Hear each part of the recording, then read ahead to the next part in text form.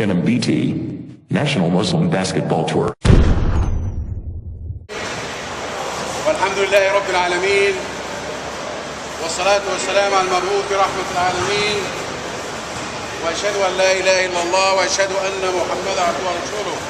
السلام عليكم. Can hear you. السلام عليكم. Can you hear me, brother, back there? Can you hear me? Because I can hear you too. So why don't you come over here so I don't have to really blow my brain out. Once again, Assalamu alaikum. Before we start anything, let's renew our niyyah, our intention. We are here for what?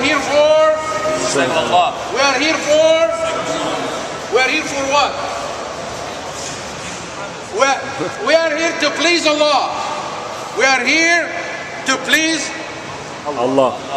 What's wrong with you? We are here for what? To please Allah. We are here to please Allah subhanahu wa ta'ala.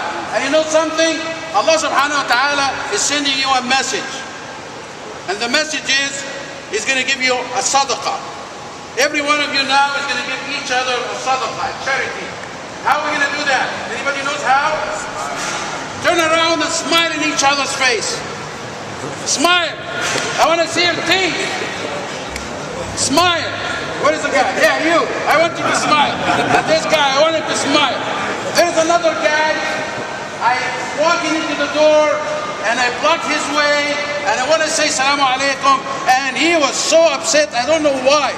Is he constipated or something wrong with him? Where is he?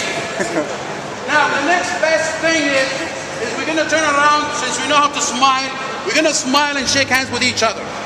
Smile and shake hands with each other. Shake hands with each other. Shake hands with each other. You know what Rasulullah said? When you shake hands with each other, your sins will fall off. Now, everybody want to go to Jannah?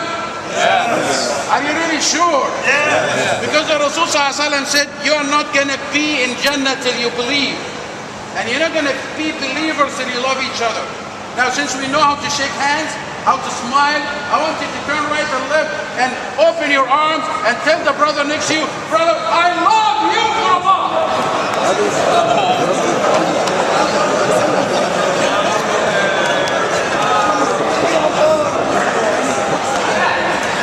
I love you guys for Allah. I love you for Allah. Now, believe it or not, I'm really impressed to see so many young Muslims, and if there is non-Muslims here, non-Muslims who have come together to do something for their body and to do something for the ummah. But I want you, before you leave here, that you have at least known at least 10 names, not of your team, but from the other team, and especially the teams that will beat you up. Now, here is what we have. We have a challenge for Muslims in America and for Muslims around the world. We have a challenge because in the last 10 years, more than 2 million Muslims were killed and butchered for no reason whatsoever except for being Muslim. And the reason they were butchered because Muslims in America have not stood up and have not raised their voice. Now, while people of all other religions and other sects are supporting each other, guess what we are trying to do, especially you? I'm going to ask you, if I say 23, what comes to your mind? 24. Jordan, if I say 10 and 13, what comes to your mind? Jordan. And every one of you want to be like Michael Jordan. There is a lot of Michael Jordan shoes around, and everybody's trying to do the Michael Jordan jump or loop or hoop or whatever you guys want to do, but you have not stood up for your brothers anywhere, especially in the United States. You know how much crime is going on in the United States? You know how much people are dying of drugs in the United States? You know how many people are dying of car accident because of intoxication? And I'm not talking about the non-Muslims, I'm talking about the Muslims as well. So here's what we're going to change the world. And the world's not going to change except by you. And how are we going to change it? We're going to change it like other people have done before. And when I say people before us, give me an example of people before us have changed the world. Ali ibn Abi Talib. So, you know much about him? You know, he's one of the 10 people that have been promised Jannah. And he accepted Islam when he was, maybe what? He wasn't even 12 years old. But he have done so much work that he have really changed the world. Who else have changed the world that comes to your mind, brother? Martin Luther King. And he is not black, but he knows Martin Luther King. MashaAllah, MashaAllah. And how did he change the world? He stood up for his right, and he was willing to die, and he died for it, and he never, ever lifted a finger to attack anybody. He did it in the most peaceful way. He stood up for his rights, he told others to stand up for their rights, and he died for standing up for the rights. So how many of us are willing to do what Martin Luther have done? Are you willing to do what Martin Luther King have done? Inshallah. Who else that you think, brother, back there? He's very serious. You are, yeah. Who else that comes to your mind that have changed the world? Salah ad-Din Ayyubi. You know what? He brought Salah ad-Din Ayyubi. Salah ad-Din Ayyubi in his early age, he was a playboy. He was the son of a Mir, of a prince. But nevertheless, when he was convinced that the best way is to serve God in the best way, according to Quran and Sunnah, his name has been memorized even, and you are not Syrian, are you? Are you from Syria? From where? Libya? Libya. Okay, Salah ad-Din was there too. And you know who's from Palestine here? You know what Salah ad-Din did for you guys? And what are you going to do for him? You remember him? So here is the situation. We can change the world one man at a time. And guess who that one man is going to be? It's going to be I. I'm going to change myself and the world's going to change. And guess when Allah subhanahu wa ta'ala want to commend the Rasul sallallahu alaihi wasallam, what did he call him? He called him the best basketball player. He called him the tallest man in the world. He called him he's the best three-point shooter. He called him what? وَإِنَّكَ لَعَلَى خُلُقٍ عَظِيمٍ. We are at the highest and the best level of morals and values. Now here's what we're going to do. We're going to practice it today. We're going to practice it today. When you are in your own team and you see that your brother has a better shot than you have, you give him the ball. You give him the ball. Here's what happened with Sayyidina Musa alayhi salam. And there is no better honor than Allah subhanahu wa ta'ala will make someone to be a prophet and a messenger. But when he was given that prophethood, he looked at himself. And he looked at himself and said, well, I'm really tempered. And this job is a very hard job. So he asked Allah subhanahu wa ta'ala, قَالَ رَبِّ اشْرَحْ لِي صَدْرِي. Make me calm and cool. وَيَسِّرْ لِي أَمْرِي. And make this job to be easy for me. وَاحْلُلْ عُقْدَةً مِّن لِسَانِي يَفْقَهُوا قَوْلِي. I have a problem speaking. And then what? And he found out the job, it still needs some more. And what was the some more? What was the some more? His brother Harun. Why? Because he was more eloquent than him. And he asked him, God, give me one of my family members to be my wazir. Why? He can support me, have my back. I can consult with him so we can do a better job for you. So here's what we're going to do. Let's promise each other's self. Whenever I have a shot and I can see, and what I see, I'm going to look around me to see who has a better shot than me. Can we do that?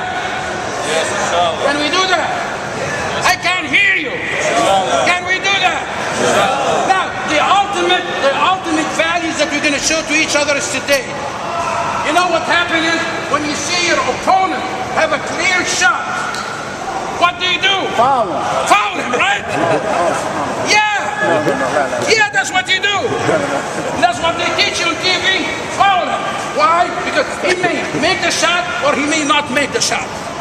Can we promise ourselves when we see our opponent have beaten us up and he had a position to have a clear shot because of his craftsmanship. Let him have the shot. Can we do that? Very hard for this guy. Stand up, I want to see how tall you are. Stand up. Yeah, he's a tall dude. Don't mess around with him, but don't mess around with this guy. When he's around the ball, around the loop, just let him do it, regardless if you have a clear shot or not. Because otherwise he's going to come down on you. Because you know, really and truly, the way Prophet Muhammad ﷺ changed the world is by his akhlaq, by his morals, by his values. And that's why Allah subhanahu wa ta'ala said, we have not sent you except to be mercy to mankind. He went and visited the Jewish woman when she stopped throwing garbage on him one day. Can any one of us do that? I know, it's very hard for us. But he did it, and she became a Muslim. And that's why I'm saying, when you see your opponent have a clear shot, don't foul him. Let him take a clear shot. And do your best to get. You can block him, but don't foul him. This guy doesn't want to give up. Can I just block him? You really meant blocking him? You can block the ball, but don't block him. You know, it's all little things that will build our way to Jannah. Because we are all here coming to compete, isn't it? And when you look at the chart, this group and this group, you want to go from here to here, from here to here, so you can win. And the whole life that we live in is a competition and a race. Race from where to where? From the moment we are born to the moment we die. And we hope when that moment comes, we are in Jannah. But we have to really work hard for it. We really have to work hard for it. Today, you are playing sport, but this is ibadah. This is worship to Allah subhanahu wa ta'ala. And you have to keep it in mind. I'm doing it for Allah. I'm keeping so I can keep my body in the best physical shape. And I'm doing it so I can get to know other brothers everywhere. And I'm doing it for Allah subhanahu wa ta'ala. And from now on, I want everybody, before you guys leave, make sure that those who are running the show give access to every one of you so you know each other in the future. Not just you're going to come and play. No, come and play and pray and live together forever. Can we do that? Can we do that? I'm going to conclude by sharing you with a story happened to me over 30 years ago. Over 30 years ago, I used to travel to the Middle East a lot. And since I'm from Egypt, I used to stop in Egypt going in and coming back. And I got hooked up on a masjid there called Anas ibn Malik. And that masjid is run by an imam who's not an Azhar graduate. He's an accountant. But that masjid every Thursday night of the year, 52 Thursdays of the year, is packed with people of your age doing i'tikaf in the masjid. And after Fajr, they get together in halaqas and they read Quran and do good work for Allah subhanahu wa ta'ala. So one day I was doing i'tikaf there with them, and after Fajr, the Imam Ibrahim Izzat rahmatullah alayhi, he came to do ta'aruf. So he asked everybody, and then when he came to me, because they haven't seen me before, he said, where are you from? Means what part of Cairo, what part of Egypt are you from? So the brother sitting next to me, he said, oh brother Fisal, Hammouda, من Chicago, من America. And Sheikh Ibrahim Izzat was hit by lightning. He grabbed me from my shirt. He said, Anta min America? Are you from America? I said, yes. He said, Anta min America? I said, yes. He said, you are the messenger of the messenger in America. You are the messenger of the messenger in America. And Ibrahim Izzat at that time never set a foot in America. But he continued to say, America is pregnant with Islam and needs a good doctor to bring the baby out. So I'm telling it to you, I'm sharing it with you. You are,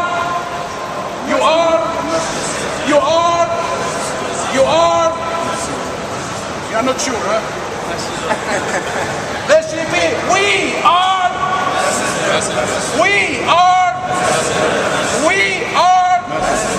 and we have to live by his akhlaq, we have to live by his life, and everywhere we go, every second of our life, if we playing ping pong, if we playing basketball, if we walk into class, if we are in the mall, if we are in a room so dark and so soundproof that nobody can hear us or can see us, we're going to be the messenger of. I can't hear you. You're going to be the messenger of. We are the messenger of. جزاكم الله خير. السلام عليكم ورحمة الله وبركاته.